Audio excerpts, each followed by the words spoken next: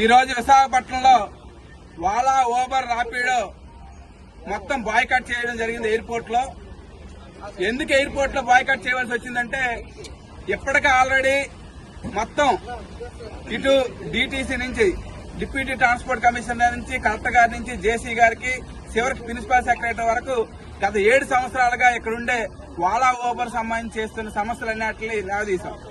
ఒకటి ఏమడుగుతున్నాం, వాలా, ఊబర్, రాపిడో ఇక్కడ కనీసం ఆఫీసులు పెట్టండి, ఇక్కడ ఒక ఎవరైనా మేనేజర్ని పెట్టండి, ఒక ఇన్ఛార్జిని పెట్టండి, ఇక్కడ ఉండే సమస్యలు మాట్లాడుకోవడానికి బాగుంటుందని చెప్తున్నాం.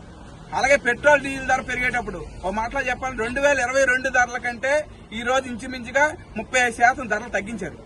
కానీ కనీసం 2022లో ఇచ్చే ధరలు ఏమని అంటున్నాం. 2022కి ఇప్పుడు చూస్తే పెట్రోల్ ధరలు ఇంచుమించుగా 15 రూపాయల నుంచి 16 రూపాయలు పెరుగున్నాయి. కానీ పెరిగినా సరే ఈ రోజు ధరలు తగ్గించే పని చేశారు. అలాగే రాడార్ సిస్టమ్ ఒక మాటలో చెప్పాలంటే విశాఖపట్నంలో ఒక డ్రైవర్ చనిపోయాడు, ఇంచుమించుగా 93 యాక్సిడెంట్లు అయ్యాయి. సిపి గారికి ప్రూఫ్ తో సహా మనం పెట్టాం.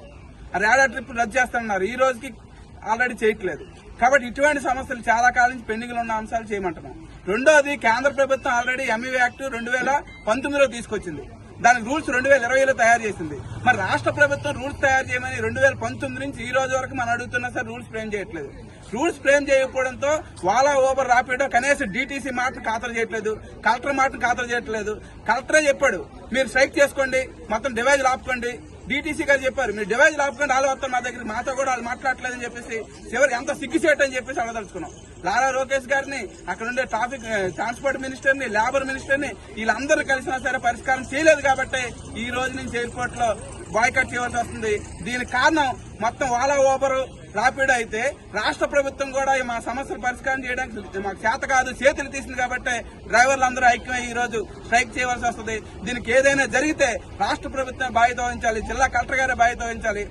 అలాగే ఏదైతే పెండింగ్ సమస్యలు ఉన్నాయో అవన్నీ పరిష్కారం అయ్యే వరకు కూడా మా స్ట్రైక్ ఎయిర్పోర్ట్ లో కొనసాగుద్ది. ఇక్కడే కాదు, రేపు ఎయిర్పోర్ట్ ఏదైతే భాగపురం ఎయిర్పోర్ట్ స్టార్ట్ చేస్తారో అక్కడికి కూడా ఒక వెహికల్ కూడా వెళ్ళదు.